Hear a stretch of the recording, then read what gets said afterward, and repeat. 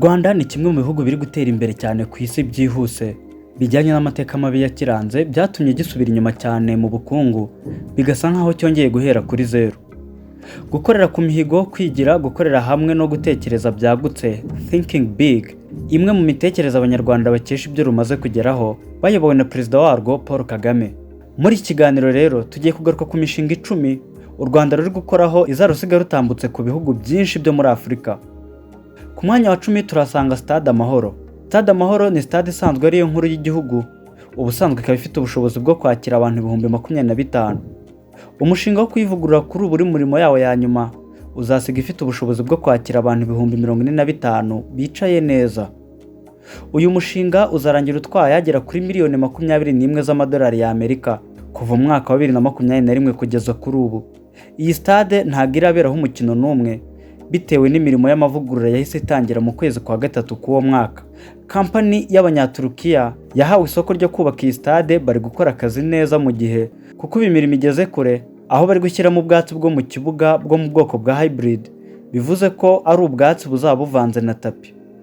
Iyi ni stade izaba iri mu za mbere muri Afurika niyuzura kandi izaba isakaye hose, ndetse ibijyanye no kuyisakara byo bikaba byaranarangiye. Ikindi wavuga kuri iyi stade nuko izaba ifite ikoranabuhanga ryo ku rwego rwo hejuru. Imirimo yo kuyubaka irarangira vuba cyane ndetse nta gisibya. Gahunda ihari nuko izakira imikino y'igikombe cy'isi cy'abakanyujijeho kizabera mu Rwanda muri uyu mwaka. Ku mwanya wa 9 turasanga Kayonza Irrigation Project. Leta y'u Rwanda iri gushyira imbaraga cyane mu buhinzi, kimwe mu bisata binini bitanga umusanzu wo hejuru ku bukungu bw'igihugu. Ubuhinzi buvugwa ahangaha si ubuhinzi busanzwe cyangwa bukozwe mu kajagari, ahubwo n'ubuhinzi bugezweho bukoranwe ikoranabuhanga kandi bugatanga umusaruro mwinshi. Leta igiye gushora mu mushinga munini kandi wagutse mu buhinzi mu buryo bwo kuhira ibihingwa. Uyu mushinga ugakorerwa mu burasirazuba bw'u Rwanda mu karere ka Kayonza. Leta y'u Rwanda irateganya gushora angana na miliyoni 80 z'amadolari ya Amerika, ni ukuvuga arenga miliyari 80 z'amanyarwanda muri uyu mushinga. Ariko nanone ingengo y'imari yose ntago ariko izatangwa na leta, ahubwo igice kimwe kizava mu bafatanyabikorwa.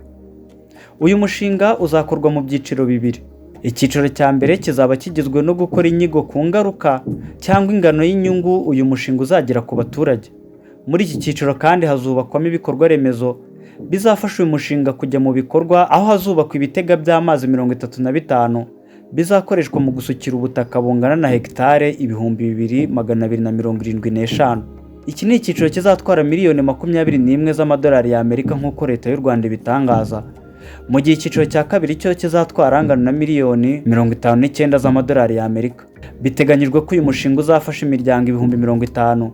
Ikindi kandi nuko uzasiga ku rwego rwiza ubuhinzi bw'ibigori, ibitoki n'ibindi biboneka ku rwego bidashobora kubura mu gihugu. Ku mwanya wa 8 turasanga Kigali Financial Square Towers. Kigali Financial Square Towers ni inyubako iri kubakwa muri Kigali izaba idasanzwe, ndetse tariki 21 z'ukwezi kwa gatandatu 2022 nyakubahwa Perezida wa Repubulika y'u Rwanda Paul Kagame yashyize ibuye ry'ifatizo kuri iyi nyubako. Iyi izaba ari inyubako y'ubucuruzi, bigateganywa ko izaba ikoreramo ibigo by'imari. Abitwa Equity Holding Group PLC nibo bari kubakisha iyi nyubako y'umuturirwa izuzura ibatwaye akayabo ka miliyoni 100 z'amadolari ya Amerika. Iyi nyubako izaba irimo ebyiri byo bita Twin Towers, izaba ifite amagorofa 28 biteganyijwe ko izuzura mu myaka 2. Leta y'u Rwanda yatanze uburenganzira bwo kubaka iyi nyubako mu mwaka wa 2020. Imirimo yo kuyubaka ikazakurikiranwa na Equity Holding Venture Capital, ikaba rimwe mu mashami ya Equity Group rishinzwe ishoramari. Mu magorofa 28 azaba agize iyi nyubako hazaba harimo amabiro, amahoteli, amaparitema n'ibindi byinshi. Iyi nyubako rero izakorerwamo imishinga minini nka Africa Transformational Plans mu kwigira ku bijyanye n'ishoramari. Iyi nyubako kandi yitezweho gukurura banki z'ishoramari, Investment Bank, abahanga mu bijyanye n'iterambere rusange, Specialist in Development Space, n'abahanga mu by'imari. Nanone kandi biteganyijwe ko izakoreramo ibiro by'ishami ry'ihuriro mpuzamahanga mu by'imari, International Finance Center, ndetse n'ibiro by'ishami rya Banki Nyafurika Itsura Amajyambere, Africa Development Bank. Ubwo kandi biranumvikana ko ibiro bya Equity Group ariho bigomba kuzabikorera, ndavuga ishami ryabyo mu karere.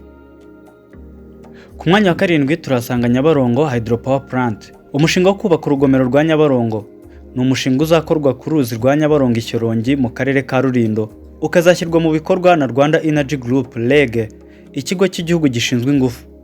Uyu mushinga biteganyijwe ko uzatanga ibintu bitandukanye, iby'ingenzi muri byo ni amazi asukuye ku baturage ndetse n'umuriro w'amashanyarazi.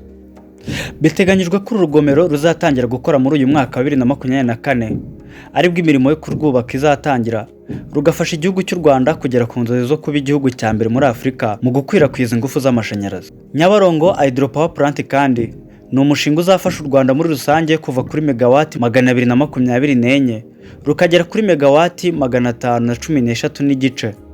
Imirimo yo kubaka uru rugomero muri uyu mwaka nitangira, bizatanga akazi ku banyarwanda barenga 700 mu gihe cy'amezi 56 imirimo izamara. Umushinga wose bikitegwa ko uzatwara akayabo ka miliyoni 214 z'amadolari. Aya mafaranga yose biteganyijwe ko azatangwa na Export and Import Bank of China ku nguzanyo izishyurwa mu gihe cy'imyaka 20, ariko hakabanza gucamo imyaka 6 mbere yo gutangira kwishyura.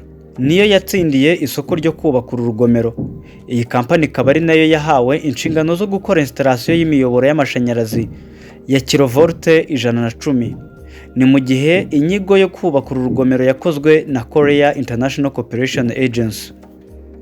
Ku mwanya wa 6 turahasanga Rusumo Falls Hydropower Project. Uyu nawo ni umushinga wo kubaka urugomero i Rusumo, ukaba ari umushinga uzatanga ingufu z'amashanyarazi mu bihugu bitatu, ari by'u Rwanda, Tanzania n'u Burundi.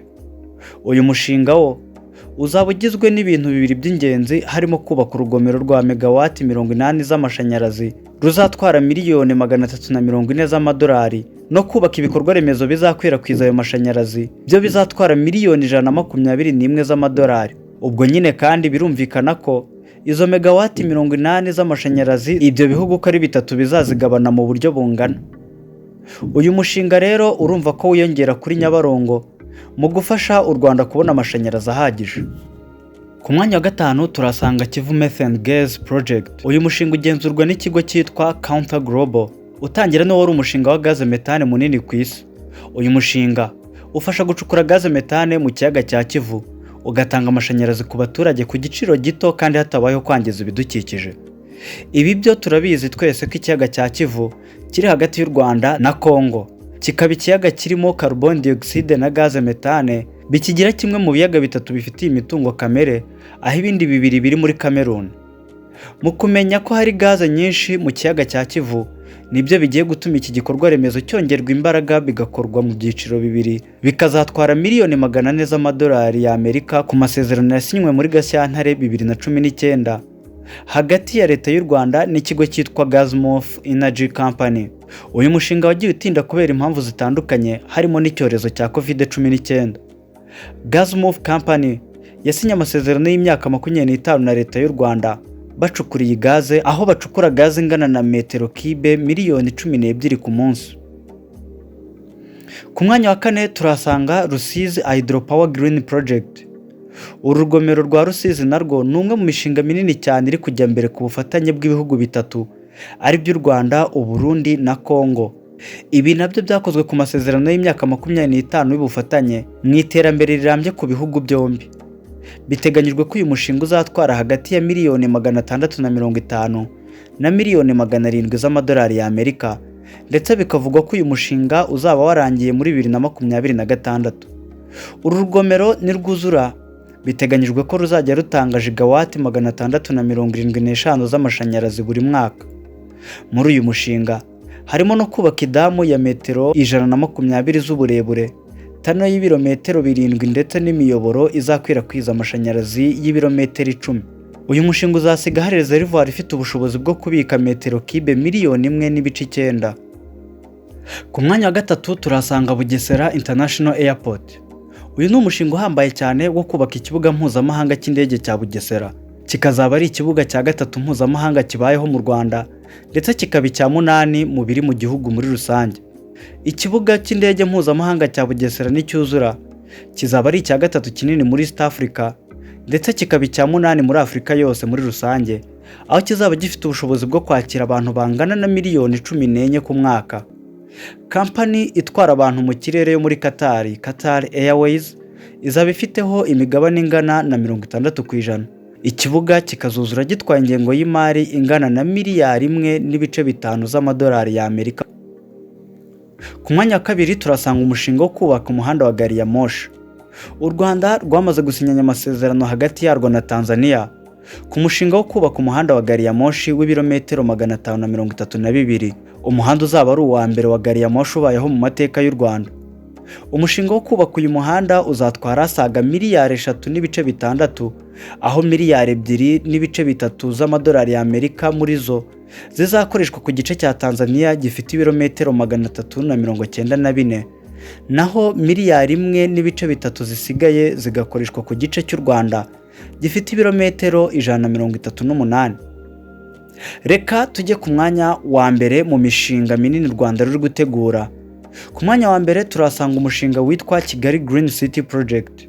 Tariki 28 z'ukwa 11 2019 nibwo leta y'u Rwanda muri gahunda yo kuzamura ubukungu no kugabanya ubukene bafashe icyerekezo cya Kigali Green City. Mu miterere y'umushinga rero hafashwe ubutaka bungana na hegitare 620 mu murenge wa Kinyinya ho mu karere ka Gasabo mu mujyi wa Kigali, kariho hazakorerwa uyu mushinga. Uyu mushinga biteganyijwe ko uzatwara akayabo ka miliyari 5 z'amadolari y'Amerika, ugatuza imiryango 30,000, inyungu zawo zikagera ku bantu 150,000. Ikindi nuko uyu mushinga uzarema imirimo ihoraho nibura ku banyarwanda 16,000. Uyu ni umushinga uzawubakitse nibura ku buryo uzarinda ibidukikije no kwangirika kwabyo, ukarinda no kwandura kw'ikirere. Aha rero niho nsoreje kubabwira imishinga 10 u Rwanda ruri gukoraho izasiga rugiye ku rundi rwego ndetse ugasiga uhise ku bindi bihugu byinshi byo muri Afurika. Reka tumenye icyo ubitekerezaho muri komenti, wibuke no gukora subscribe kuri iyi channel ya Top 250. Njye nitwa Joshua Mutuyimana. Ciao ciao.